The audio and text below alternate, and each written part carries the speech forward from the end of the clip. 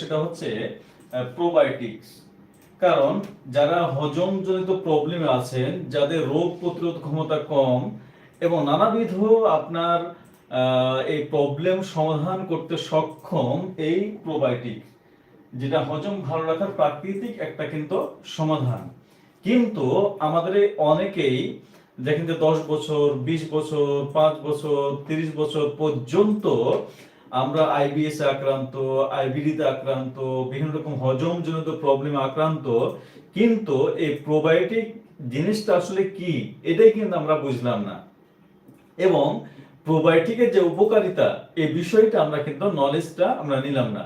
তো সেক্ষেত্রে আজকে আমরা সংক্ষিপ্ত আকারে জাস্ট অল্প সময়ের ভিতরে আমরা প্রোবায়োটিক সম্পর্কে গুরুত্বপূর্ণ তথ্যবহুল কিছু আলোচনা করার চেষ্টা করবো ইনশাল্লাহ। আশা করছি যারা শুনবেন দেখবেন তারা অনেক উপকার পাবেন ইনশাল্লাহ। দেখেন যে প্রোবায়োটিকটা আসলে কি। প্রোবায়োটিকটা আসলে উপকারী জীবন্ত ব্যাকটেরিয়া। আমাদের পেটে দুই ধরনের ব্যাকটেরিয়া থাকে, একটা হচ্ছে উপকারী আর একটা হচ্ছে ক্ষতিকর। তো এই যে আমাদের যে পেটের যে উপকারী ব্যাকটেরিয়াগুলো, যেগুলো আমাদের হজম করার ক্ষেত্রে সহযোগিতা করে, তাদেরকে মূলত এই প্রোবায়োটিক বলা হয়। এবং এটা উপকারী একটা ব্যাকটেরিয়া, জীবন্ত ব্যাকটেরিয়া, এবং অন্ত্রের জন্য ভালো ব্যাকটেরিয়া কিন্তু বাড়ায়। এরপর হজম প্রক্রিয়া এটা কিন্তু স্বাভাবিক রাখে। তো সেক্ষেত্রে এই যে প্রোবায়োটিক, এটা কিন্তু আপনার সংক্ষিপ্ত কাজ কিন্তু আপনার এই ধরনের। এছাড়া আপনার আরো অনেক ধরনের উপকারিতা রয়েছে, যেমন আপনার ত্বককে ভালো রাখতে সহযোগিতা করে, আপনার রোগ প্রতিরোধ ক্ষমতা বাড়াতে সহযোগিতা করে। হ্যাঁ, এরপরে অন্যান্য আরো উপকার, যেমন আপনার চুলের, ত্বকের, হ্যাঁ, এবং আপনার অনেকে শুষ্ক ত্বক হয়ে যায়, আরো নানাবিধ প্রবলেম সমাধান করতে সক্ষম এই প্রোবায়োটিকটা। এবং দেখেন যে এই প্রোবায়োটিক এটা কিন্তু আমাদের বেশ কিছু উপকার করে। যেমন আপনার আমাদের যে সাধারণত গ্যাস তৈরি হয়, পেট ফাঁপা তৈরি হয়, এগুলো কিন্তু কমাতে কিন্তু সহযোগিতা করে।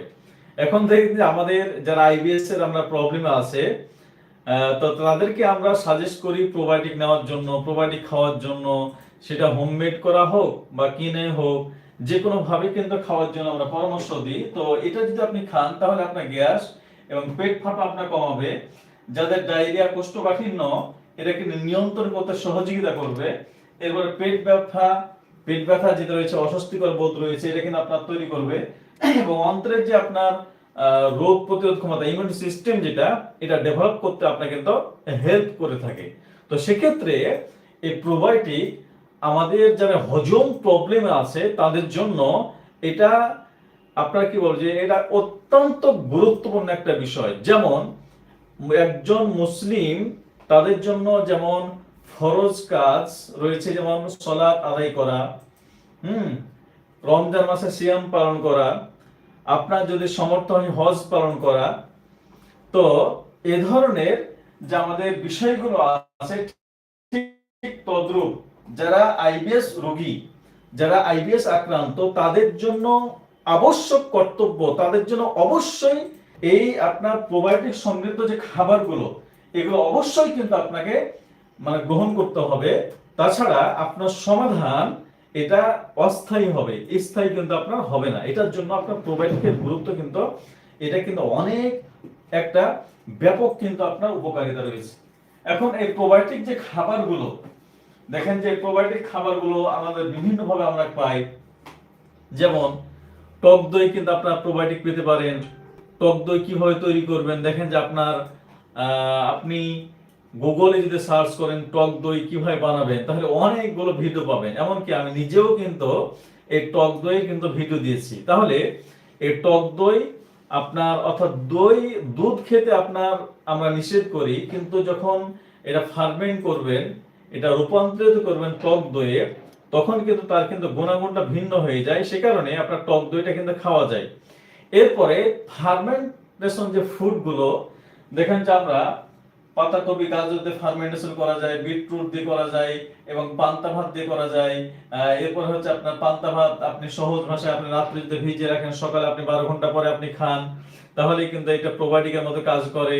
হ্যাঁ, এটা আপনার সহজ। এবং কিছু আপনার কিনতে পাওয়া যায় আপনার যেমন Apple cider vinegar with mother, তার ভিতরে প্রোবায়োটিক রয়েছে। এরপর হচ্ছে যেই আমাদের পুরাতন যে আপনার আচারগুলো, সেটা যে কোনো ধরনের আচার হতে পারে, আমের আচার হতে পারে, বড়ইয়ের আচার হতে পারে, আপনার জলপাইয়ের আচার হতে পারে, যে কোনো ধরনের আচার যদি একটু বেশি দিন আপনার বাসায় থাকে, তাহলে তার ভিতরে কিন্তু প্রোবায়োটিক তৈরি হয়, উপকারী আপনার ব্যাকটেরিয়া তৈরি হয়, তাহলে উপকারী জীবাণু তৈরি হয়।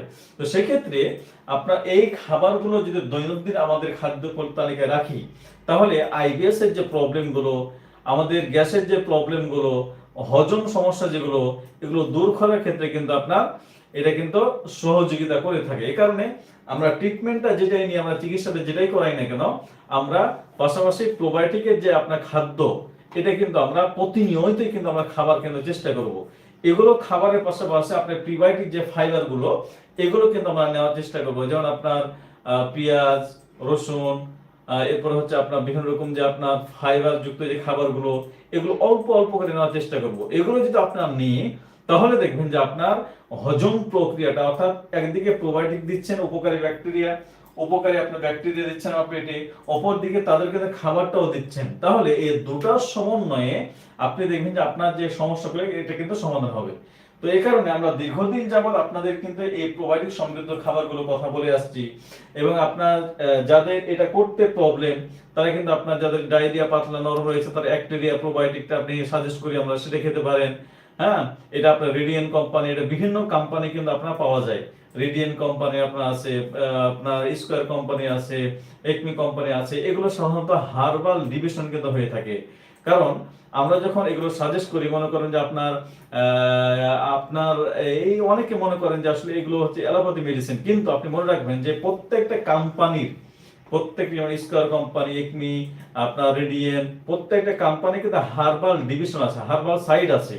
তো এই প্রোবায়োটিক গুলো সাধারণত হার্বাল সাইডে কিন্তু হয়ে থাকে। তো সেক্ষেত্রে আপনার প্রোবায়োটিক সমৃদ্ধ খাবারগুলো, যার ভিতরে উপকারী ব্যাকটেরিয়া রয়েছে, সেগুলো আপনি খাবেন। যাদের পাতলা নরম আমসা আছে, তারা আপনার অ্যাক্টেরি ক্যাপসুলটা খেতে পারেন।